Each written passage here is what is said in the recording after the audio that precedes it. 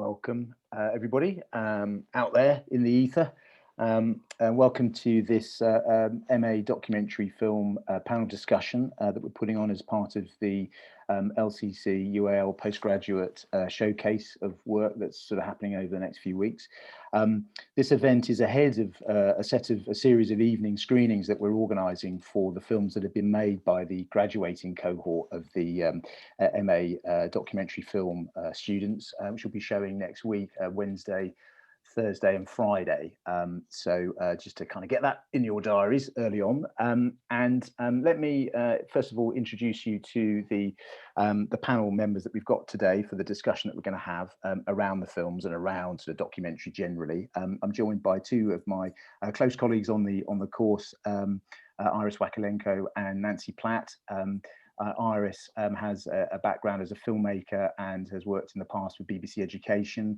She's a former course leader of the MA documentary film course, and she's also been involved in the production of a really interesting website and sort of set of resources, the Ethics for Making site, with Pratap Rugani at LCC, and I'm sure Iris will mention a little bit about that, but welcome Iris and thanks for joining us. And Nancy Platt has been part of the MA documentary course since it was established. In fact, was involved in the very writing of the course. So delighted that Nancy can join us today.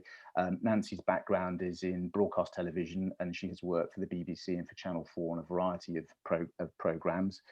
She's also worked for NGOs and charities and making films for them as well.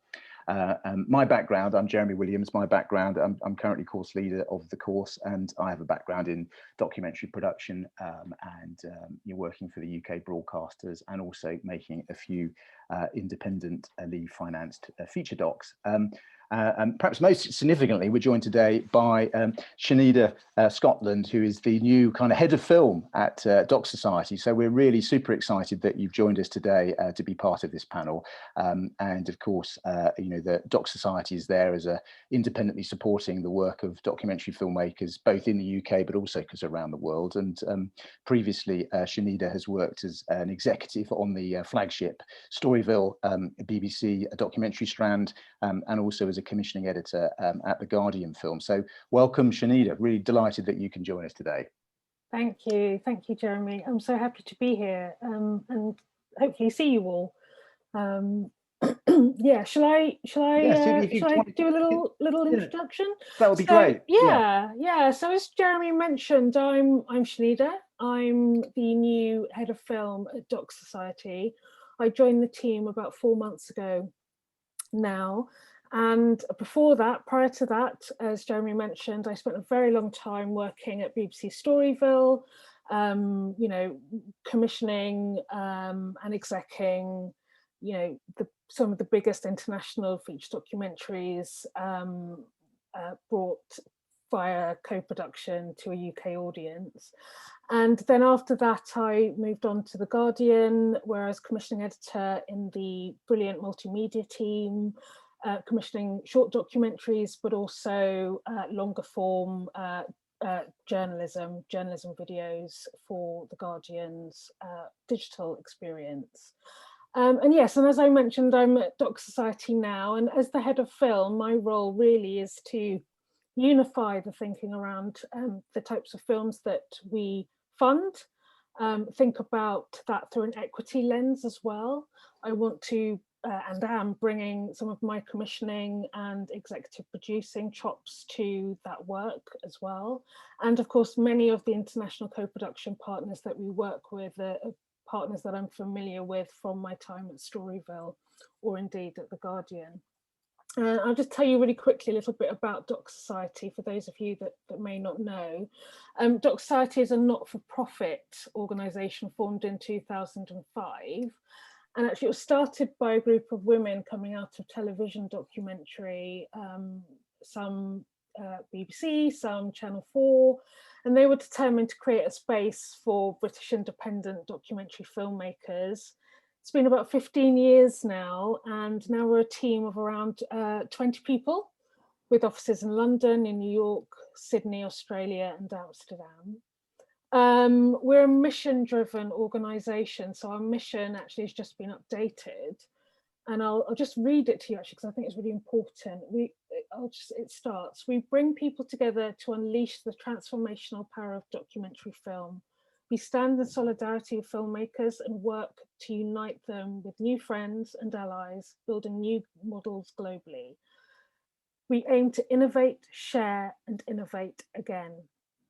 And in that, we have commitment to anti-racism, economic justice, climate justice is embedded in all that we do and how we do it. And so we describe ourselves as a filmmaker first organization. We are on the side of the filmmaker, and we're here to kind of lobby for and advocate for independent documentary makers across the globe. So far in our 15 years, we've granted around $11 million in development, in production and outreach funds as well. And that means we've funded almost 400 projects now in 37 countries, which is wonderful. And we've even won an Academy Award, which is really great. And just super quickly on the funds that you might be most interested in, the BFI DocSociety fund is managed by DocSociety on the behalf of the BFI. And that means we distribute about £1 million to support feature documentary film projects, and over £200,000 to support short film projects as well. So I can talk a little bit more about that later on. That's brilliant. That sounds like a really, you're obviously an important resource and, commissioning a voice also for independent documentary film. And obviously it's been a tumultuous period this last sort of year. I mean, it's just, how do you, in sort of broader terms, see the health of the sector, the documentary sector, and the filmmakers in it? I mean, what's how's it been this last 12 months, really? I mean, to say it's been difficult is a bit of an understatement. A lot of filmmakers have had either obvious things like work fall away, their filming schedules fall away, funding in many cases fall away too.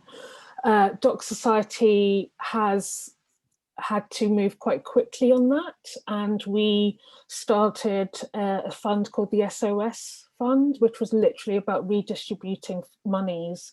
So we pulled that money from events that we might have been doing, or we gathered and collaborated with other funders so that we could pull monies out of other pots together so that they could be distributed to documentary filmmakers across the globe to ensure that projects don't go under.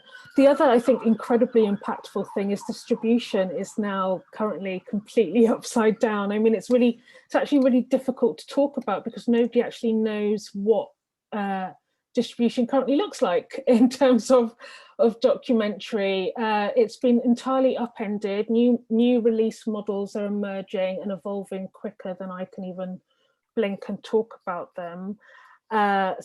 Film festivals have had an incredibly difficult time. So what has concerned me the most actually is apart from ensuring that films are being made and continue to be made and being made safely, is that the ecosystem that supports independent documentary film is really struggling at the moment.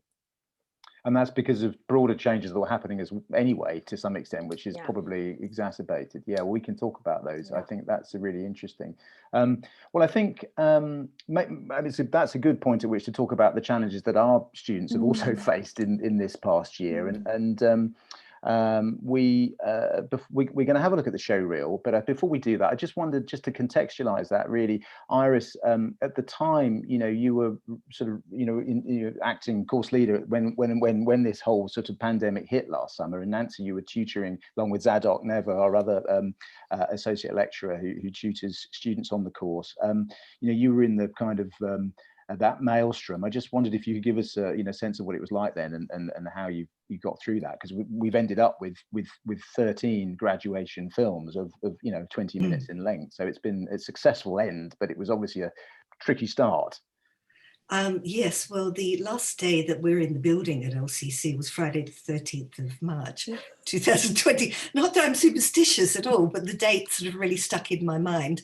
And, all of us were sort of fearful and uncertain about what was coming. And there was sort of like a mix of Invasion of the Body Snatchers and the Andromeda strain, you know, sort of hovering over our imaginations. And the students had just finished term 2 at the beginning of the Easter break.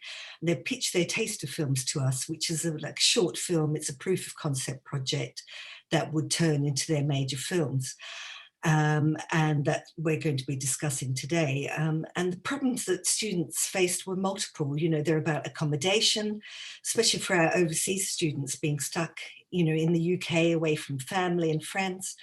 None of us had any idea what was going to happen. You know, we were worried about everybody's health, and not the least on how to make their films. But, you know, being documentary filmmakers mean that, you know, whilst you have a plan, you have to be responsive and flexible to what's happening now.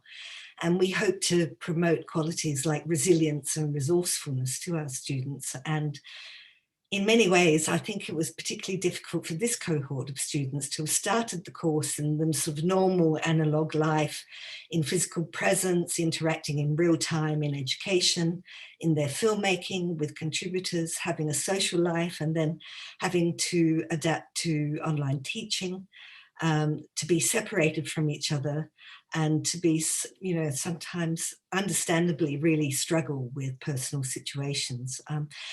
However, you know, one of our students was postponed returning to London. He took up opportunities in Tokyo. He formed a collective of directors called documentaries, and they're really productive, making films about the crisis and broadcasting with NHK. So that's the kind of, you know, responsive situation that we were very pleased to hear. But of course, you know, strictures are back in Tokyo.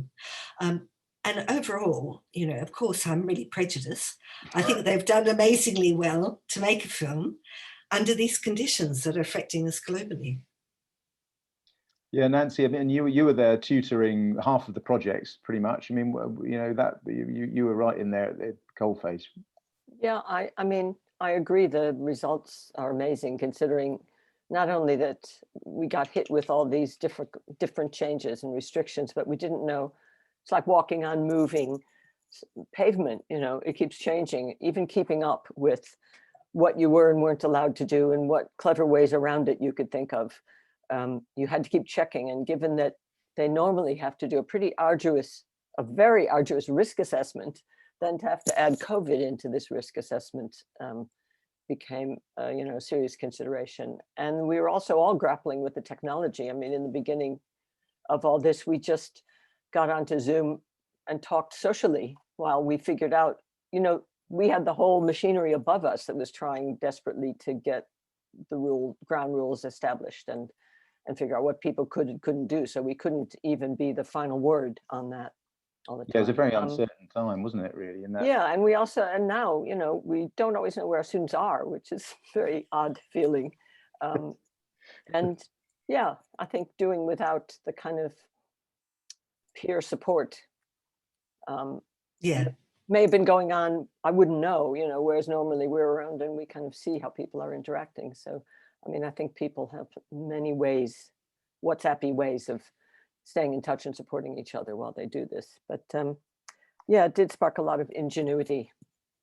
Well, maybe let's have a look at the show reel, and it should give us a flavour of the films that have been made, and we'll come back and discuss a few of them in detail.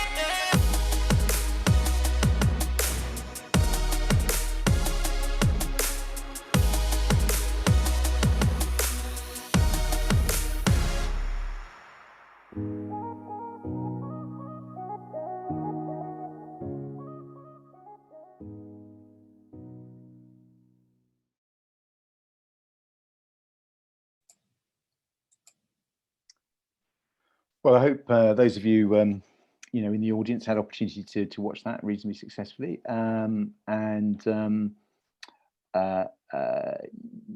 We're obviously biased about the program, the films that have been made, you know, and I think clearly, I suppose the response to the pandemic shows the resilience and the kind of flexibility of the documentary form to be able to, you know, to think of other ways of making films that you might not have considered. But you can always make a documentary. There's always an opportunity to make a documentary. It's not perhaps quite as inflexible a form as some of the other sort of filmmaking genres, really. Shanida, obviously, you've seen some of the films, a selection of the films, which we'll discuss in detail. I just wondered if you had any thoughts about the overall kind of shape of them and the themes and what you took away from the films that we shared. Sure. I mean, overall, I thought the quality was incredibly high. I think it was obviously clear that, you know, everybody had COVID, was impacted by COVID in some way during their sort of production phase of their titles. But overall, I think they were brilliantly handled given the restrictions that they might have faced.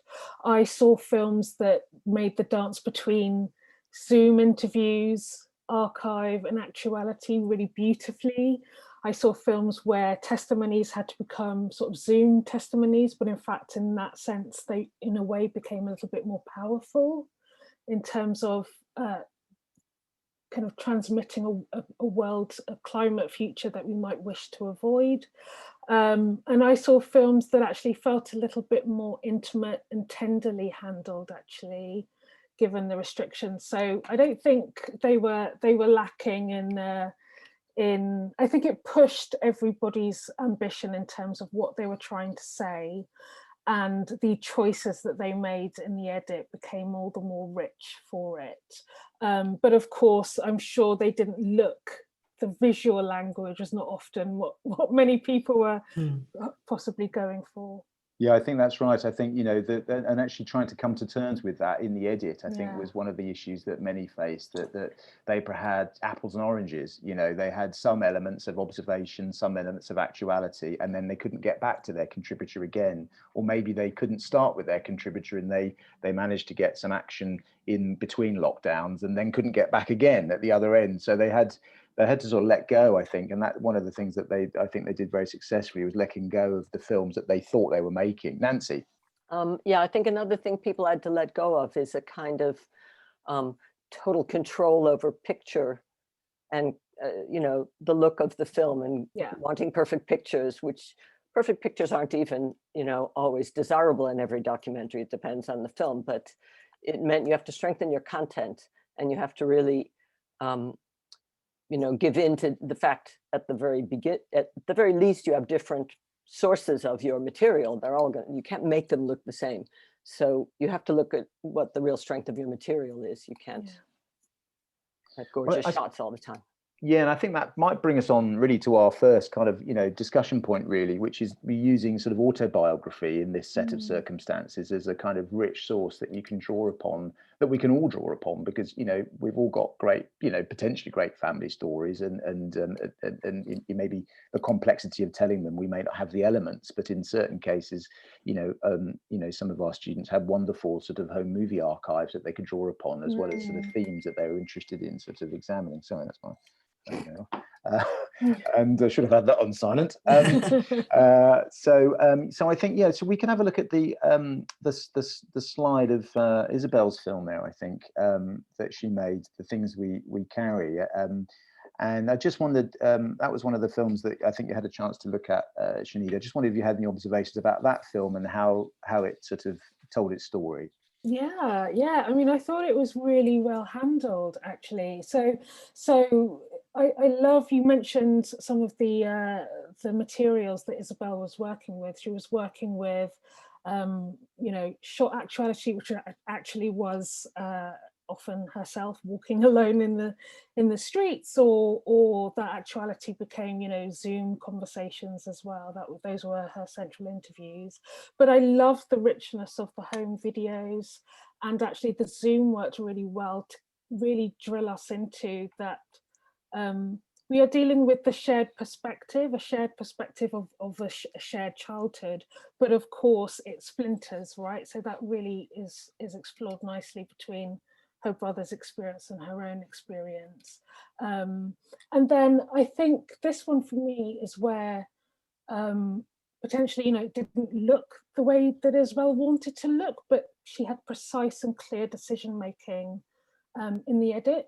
That meant that dancing between those perspectives and those different familial realizations, we never lost the warmth, and we never lost the the central sort of the central exploration of the subject of the film, which is the third culture, childhood, that many people will know very, very well. So I thought it was brilliantly handled. I thought, yes, this is an example of a documentary filmmaker who is, in a sense, having to let go of the visual language of the story, but then had to kind of be incredibly clear in the edit about how to overcome that. And I think she did that brilliantly. Archive films are obviously on the up at the moment, you know, and she was incredibly lucky to have access to this archive that was probably already digitized. So, you know, she was very fortunate that way. And I really liked that, you know, it's unusual to have a focus on sibling relationships in film and in family portraits. So that was really interesting. And as you say, it was a great way to examine the idea of third culture kids. She started off with wanting to make a film in Bolivia, where she is, you know, that's her nationality, in Lake Titicaca. And we hope that, you know, she, when the world returns to normality, she'll be able to do that. But I think this shows that, you know, she's been flexible, adaptable, all of those sort of, and resourceful, and has made a film that she probably wouldn't have made, but, you know, has a great outcome, I think. I just would add that, you know, that adaptability and that flexibility is required of even the most accomplished filmmakers. Your film, what you may think you know what you're making, and you may think you have the access that you thought you had, but things can fall away at an instant, and it's a skill that will last you through every single title that you will ever make. So I think being witness to somebody who then really harnessed that and had a clear-eyed vision in the edit was lovely to see at this stage. And I also was struck by the use of commentary, because, you know, often, you know, everyone, I mean, it was very difficult to make an autobiographical film without commentary. Wouldn't be very, you know, would be somewhat distant. But I think, you know, there is that reluctance to put commentary on films. And I thought Isabel's commentary really was incredibly rich and detailed and, you know, really sort of hypnotic almost, actually. I found it really real great watch in that respect.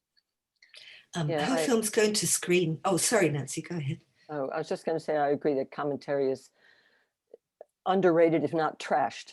And I think this is a big mistake. You know, you have to look at all the possibilities, and it helps you a lot sometimes. And I also thought that, given that, you know, if you are going to do something like this, you know, this film has the kind of, it's turned those shots of somebody just walking into something really nice to look at. And that's very hard to do. Most of them are absolutely boring, like in the news, you know, just walk across the screen. And I think that was also where the cohort were very, you know, collectively helpful. I know that obviously, you know, there are a number of other autobiographical films amongst the students. You know, there's Jamie Lee's film, Escaping Freedom, there's Ben's film about his own, Ben Appier's film. And so, you know, in a way, you need obviously to be able to find other people to film you in the context and put you in that context. So I thought that was really good to see. You know, in many ways, what's usually a sort of self-shooter, fire and forget, off you go and make your film abroad, you know, having to sort of think differently about how to make films in this set of circumstances, really. And you know, Shanida, I think you're completely right there. There is that tendency to always think that when things don't go according to plan, that's like the end of it, whereas actually usually that's the start of the journey. That's where the film gets interesting. If you don't know what's happening in your film, then the audience are going to be hopefully kind of entertained by that unexpected sudden left turn than the right one they were kind of anticipating. So that's really interesting. Any other thoughts there, particularly on I mean, have you found that you've more people are approaching you with these sorts of kind of commissions of shorts, or people are trying to thinking of how to make films out of their found footage or sort of autobiography? Yeah, especially I think Iris mentioned the sort of video essay world, or the archival essay world is really, well, I think it's really growing in popularity, but also the creativity available to people, given the restrictions, is something that's very appealing to filmmakers. So we're certainly seeing more of that in our Made of Truth shorts fund applicants.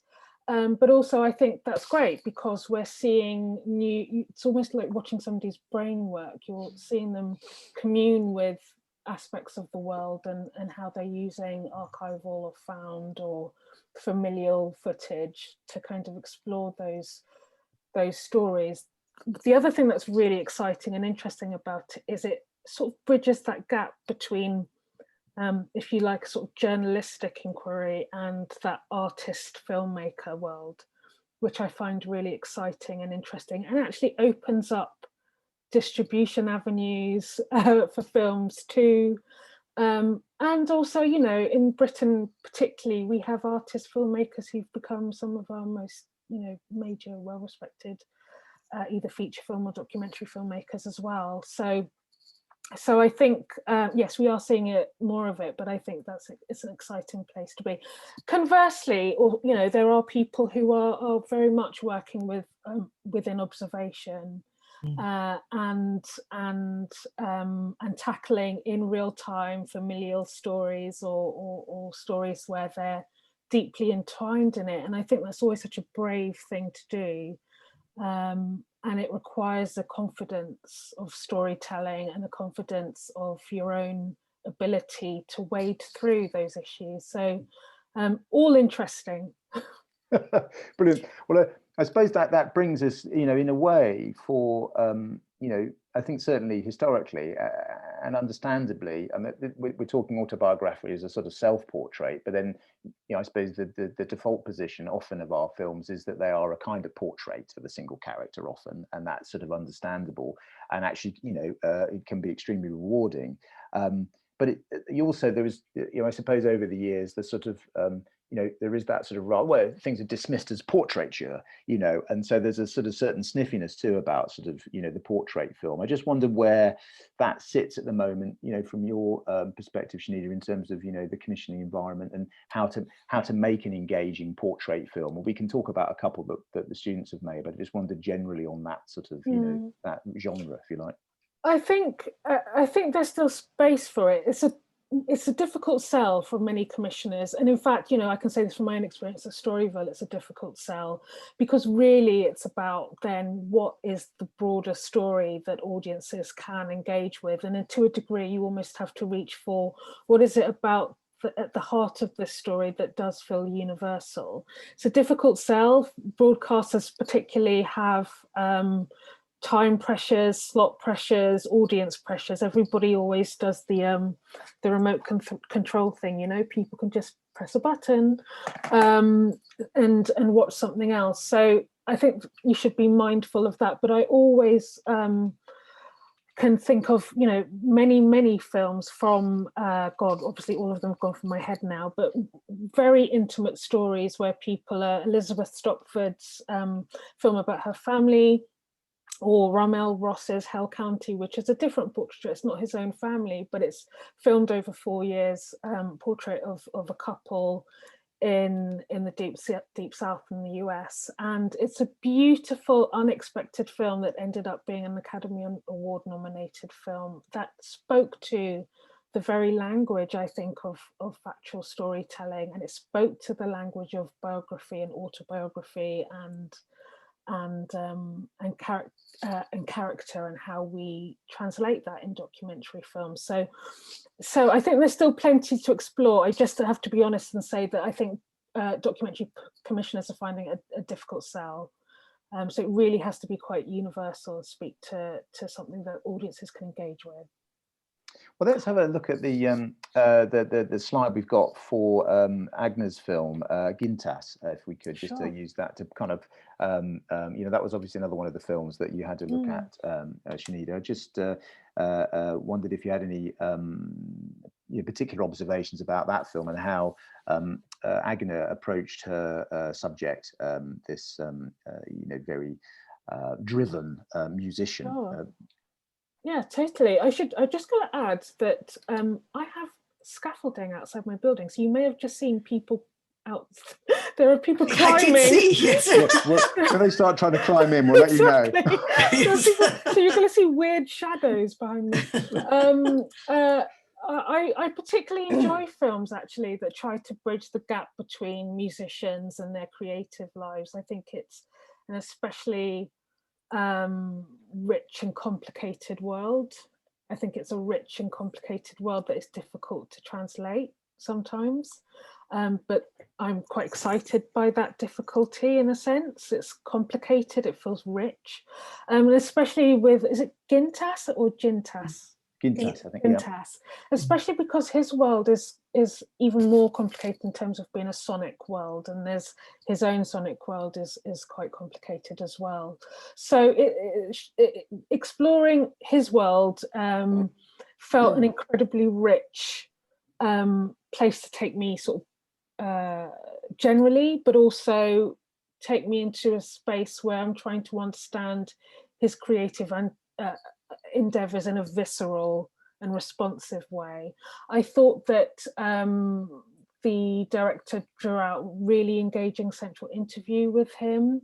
I did think that in that interview, he's taking us to quite a few places, and at times the visuals were trying to keep up with that. And so sometimes it felt like there wasn't enough room for some of his experiences to breathe. Yeah, settle in a bit. Yeah. So it needed to settle. So there's quite a lot going on visually. In a sense, I wish there was a little bit more space in the film.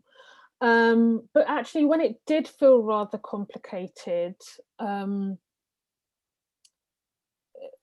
it was clear that he was obviously also trying to express something that was in itself a bit complicated. So it's not only the director's choices. I think he's quite a complicated brain to get into. I loved the moments where we're taking into nature with him as well. I thought those were nice spaces where we could invite a bit of pace and a bit of breathing space into the film. But overall, I thought it was lovely. Again, I enjoyed what it was trying to do. I think it had a lot going on and needed more space, but it's a difficult world, and I'm quite entranced with that difficulty and that complicated sound world anyway. Because in many ways, quite an uncompromising character to make a film about, not necessarily that straightforward. So, and interesting, but also very immersed in his own world, Yeah. And it's a world that's, I guess what I'm trying to get at, it's a world that's hard to translate. This is a world that exists in his head. He as a musician, is constantly trying to express what's going on in his head into sonic experience, and then here is a filmmaker who's taken on trying to translate that into a visual experience. So it's a lot, and it's very, very complicated, but I like the way that the filmmaker tried to dive into that and untangle that for us. I don't think it always worked, but I enjoyed the ambition there. Right. Well, actually, it's interesting to counterpoint that with MIRELLA, the other one of the other documentaries that we've got screening next week. This film by Oliver Brooke, and again, a slightly different sort of portrait in this sense, because a portrait of a contributor who, in many ways, didn't actually want to be filmed. So it's a slightly different set of problems, but and a very different film. I wonder what you thought there. A very, very different film, and a very intriguing film, and right from the beginning, I found it just really rich and fascinating, in the sense that, you know, the subject did not want to be filmed. MIRELLA did not want to be shown. She didn't want us to see her face, and so immediately, right from the beginning, certainly for me, I was musing on ways of seeing, and the complicated ways that a photographer such as MIRELLA sees.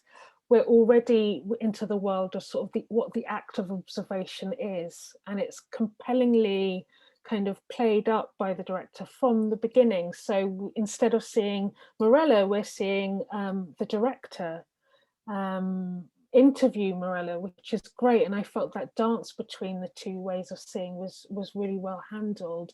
She has quite a brutal way of seeing things. Yes. And actually that brutality was actually softened without dulling its complicated its complicated impact on the world in the visual storytelling. So I felt that the visual storytelling was quite beautifully thought through, so that it wasn't overcomplicated. I also think it's remarkable to the way, and I'm sorry, I'm just trying to remember the filmmaker's name, Oliver? Oliver, that's right. Thank Oliver, you. Yeah. I thought it was remarkable the way that Oliver handled his materials. He had MIRELLA's archive. He had his own, obviously, his shot interviews with her, which was complicated for the reasons we've already discussed. We have archival video as well. And he handled all of that material really, really beautifully. It felt well paced. And actually, just overall, I love this portrait of a woman who, as I've mentioned, is quite difficult, but a woman who is I guess you could say is much older and perhaps nearer the end of her life, and is trying to understand the impact of her own creative vision. And she's quite sort of brutal about herself in many ways, isn't she? She's very, you know, it's a fairly sort of gentle cross-examination, but she's very, you know. And this is what I mean about its simplicity. Oliver's, the word you used is absolutely spot on. The gentle interrogation, if you like, of her doesn't mean we lose the complicated richness of her story. And I thought that was just really brilliant. So what that means to me is that the interviews actually were designed incredibly well. And I can't encourage your students enough to really actually take the time to explore and think about how they're going to design their interviews when they're handling contributor interviews. But also then the decision making in the edit was there, as I say, in terms of material handling as well, so as not to bring further richness to the story, but also to not lose or dull the interviews that we're left with. No, that's interesting. That interesting feedback. No, it's a really, you know, it's a compelling film. And of course, you are presented with her, the vision of herself in her youth as well through the photographs, and there's a sort of, it really works for me in many ways. Iris, have you got any thoughts? Nancy, did you want to chip in there at all?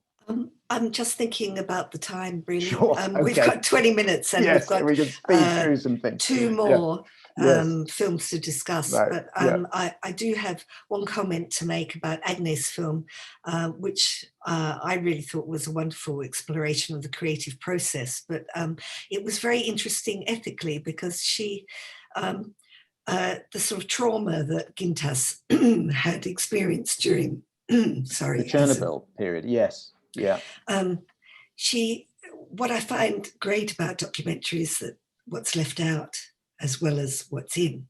And she gave him so much respect, I suppose, and, you know, did not want to re-traumatize him about going there into that. And so the focus on his art and the sonic world, I thought, was a really positive way to look at that ethical decision. And I'm just going to put all of our films a screening next week. And if you want any more details, look at our Twitter account, which is at MA.film, and at our Instagram account, which I can't remember the name of, but it's in the link.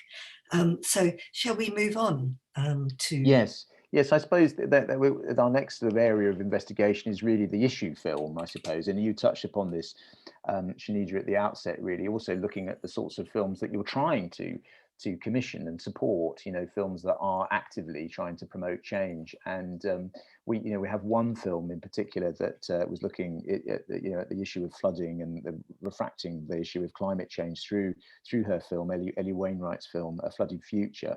And so, yeah, I just wondered what your thoughts were on that film, which was actually affected quite considerably by the pandemic as well. Yeah, this is one of the films where it was really clear that the pandemic was a huge caused huge impact on the film. But that doesn't mean that again, this is what we were talking about kind of being quick thinking, and actually what I felt happened with that film was that it heightened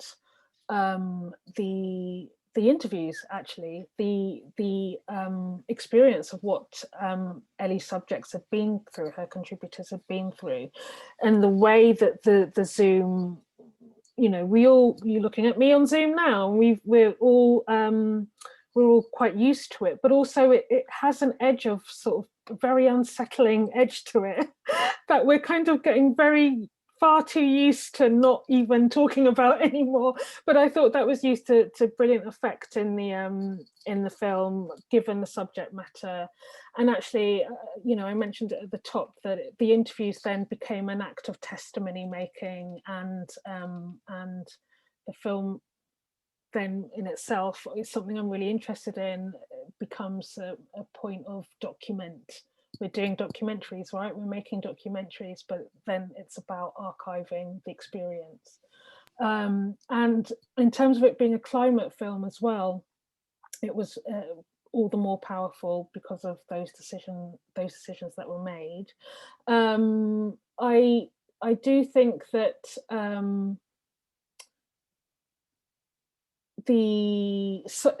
there were potentially some ways that the order of the scenes could have been played with a little bit more, or expanded upon a little bit. It was a little bit confusingly ordered, especially around the end when XR and that footage comes in. I sort of would have liked up top a bit more of a, and I'm saying this on the behalf of documentary filmmakers, they're going to want audiences to be brought into that world very, very quickly. So when you're thinking about an issue film, I'd say, rather than sort of end loading the idea of like, this is a climate emergency in this case, it's take the audience along, make them co-conspirators on the issue.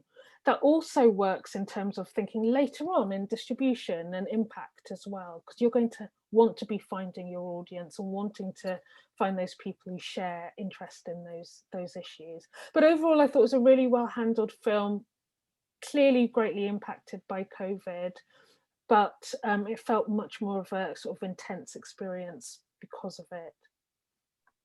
Nancy, did you want to come in there? Because you were Ellie's tutor there, weren't you?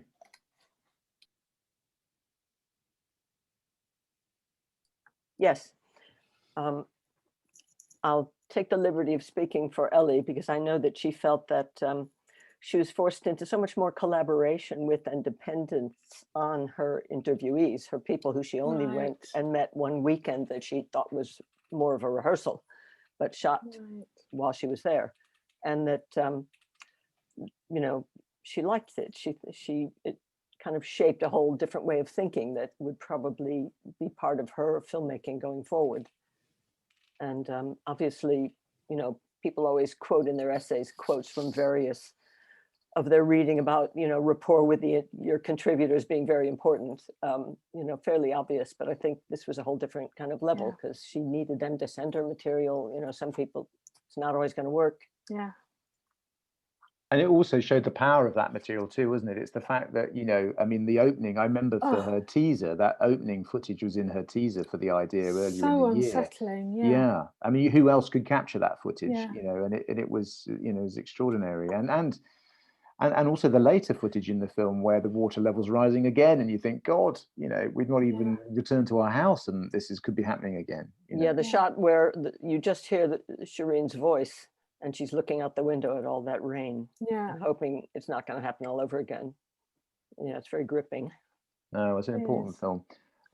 Well, I think, yes, we are running a little bit short of time, so I'm going to move on to, I suppose, the film that was perhaps the most observational out of the films that were made this year, and that's Cheng's film, A Man Up in Lockdown, about the drag king Yanina and their alter ego, Richard Energy.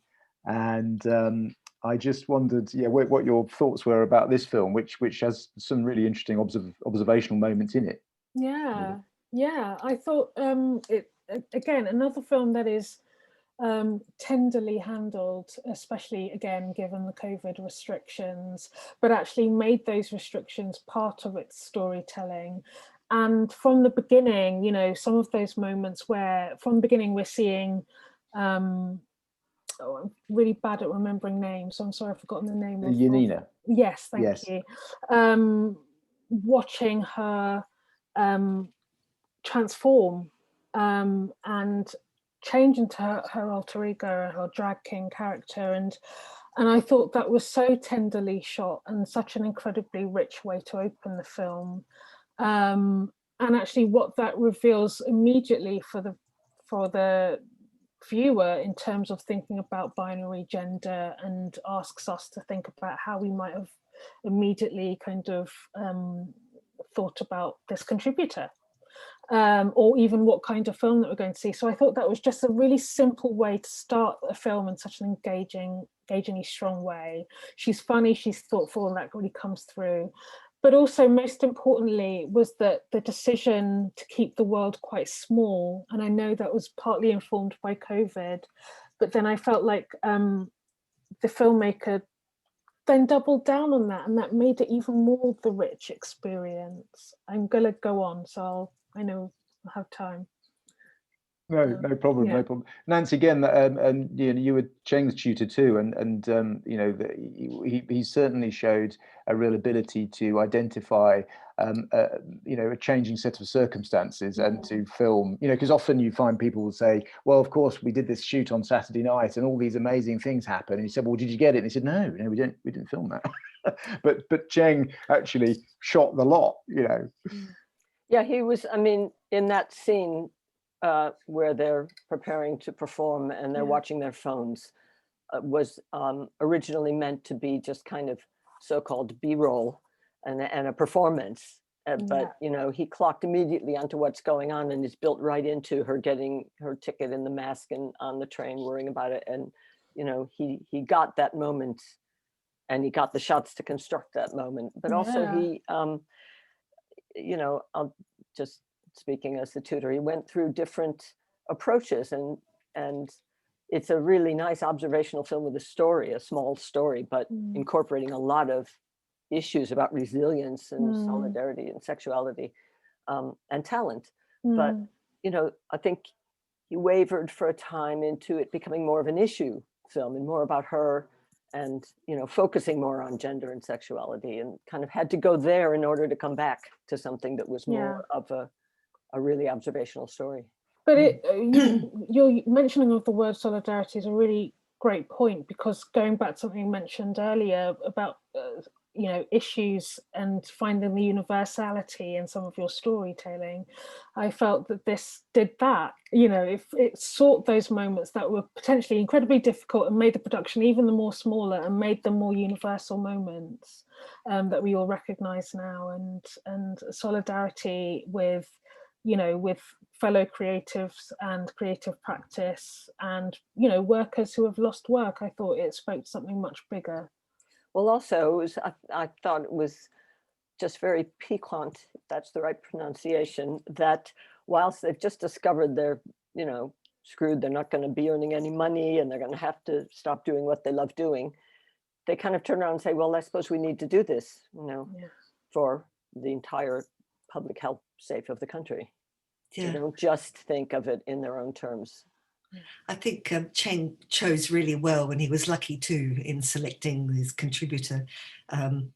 this beautiful observational exploration of a young drag king at the beginning of their career in live performance, and made them a fantastic contributor, not only because drag kings don't have anywhere near the visibility in the mainstream media that drag queens do, but totally, because Richard Janina is so creative in their response to the lockdown, developing their own skills in video production and performance. And, I think the director was also really fortunate to have been filming on the last day of lockdown. So he had some luck, but he also chose well. But I would also add, totally, had some luck and chose well. Also, but it felt like they'd been filming for months and months and months, because the openness that he was able to get out of his contributor was just incredible. Really, really good. Yeah, really great. And I think if anybody wants to find out the various uses of a mop, they should certainly watch that documentary. That was great. I think it was, that was going to be kind of about this, in the very beginning, about the subject of drag kings, and it ends up being this portrait of this fantastic, talented character and all the other similar performers. Another film was supposed to be about Lake Titicaca. All the groundwork was laid, and ends up being made in a tiny room. Yeah. It really shows it's been a rocky road. It's still a film about Bolivia. Yes. Yeah. Yes. Yeah. That's right. Just now we're kind of approaching the last sort of 5 or 6 minutes. I thought it'd be great to just pull out a bit, really. And thanks, Shanida, and to both Nancy and Iris for their analysis of those films. And we'll also just before the very end, we'll have another plug to the screenings next week. But I just wondered, Shanida, if you wanted to sort of pick up where you started at the very outset of the sort of discussion, really, about the work of DocSociety, the sort of opportunities that you see for young people entering the business. Obviously it's a tricky time, but just some sort of overview as you see it. Can I just interject a question that came up? Is Doc House interested in funding this kind of autobiographical filmmaking? So DocSociety is, yes. Oh, DocSociety. It's all right. So we are. So we have, I guess, let me just draw back a little bit and talk about our 2 funds, and then I'll be able to drill a bit further as to how we are best able to support that sort of filmmaking, or that sort of approach.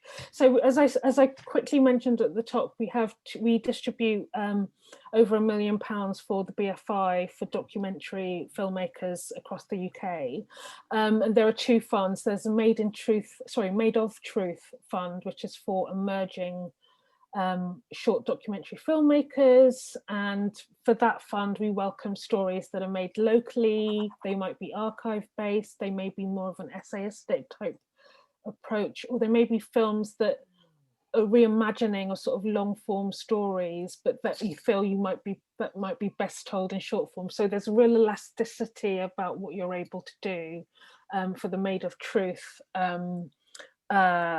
fund, and that is up to a duration of 40 minutes. And by emerging, we really do mean those sort of first time filmmakers, maybe some of the cohort here coming out of university and wanting to make that leap to a sort of properly funded short that may be able to go into the festival market. And to draw back in a little bit, yes, so this is exactly where this type of film can work too, because the funding is around £15,000 budget, so it's not massive, but it's a good healthy amount. We don't actually have to be the only financier, so you actually may be able to pull in additional funds. But what I mean by that more broadly is that some of the more intimate stories can actually be all the more richer for when we're dealing with films that are sort of 12 to 20 to 40 minutes long, but also really help filmmakers establish their own vision. And I think it's they're really often really brilliant exercises in thinking about your own visual language and the stories that you want to tell, and a great calling card for the type of work that you do.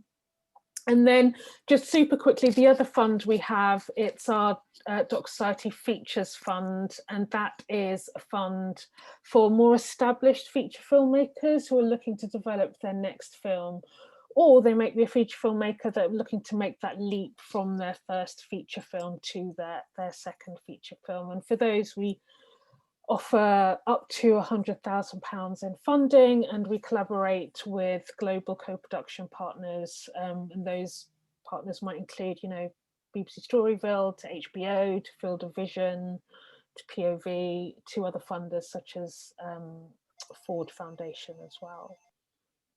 We've got a question saying, what is the second fund called? Sorry, I missed that. Yeah, so it's called it's really simply the DocSociety BFI Features Fund. And all of these funds, both of these funds are available on the website for you to look at. So that's docsociety.org.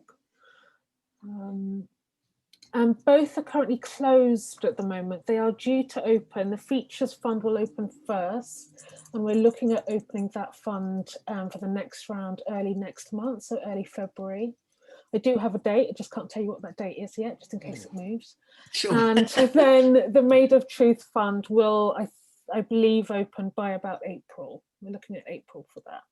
And what's the sort of window? How long have applicants got for that sort of period? Yeah, so they're open for about a month, the funds. You can come and talk to us, you can reach out to us in that month. We really advise you actually to do that. We want to hear from you, we want to talk to you. And that's almost ahead of an application, is it? So yeah, ahead of an totally. Yeah. Yeah, so ahead of an application, you might be mid-application, have questions, we're there and available for you to reach out to us. And I should say as well, especially for those emerging filmmakers who may not have found their producer yet, we match you. We are happy and can match you with producers because, you know, we want to help you make your film. So if you have a great idea, but you're like, oh damn it, I don't have a producer yet, and I need that to really, you know, handle the budget and get the film into shape, then we can help match you with documentary teams, producers that we've worked with over the years. In the multitude of roles that we've all done before working at DocSociety. Brilliant. Well, listen, Shanida, thanks so much for coming to this session today and contributing so much, and also the time that you took to watch the films and comment on them. It's hugely constructive and really wonderful, wonderfully supportive too. So we appreciate that enormously. And congratulations to everyone who made a film. I mean, you did it during this time. It's a real achievement. So congratulations.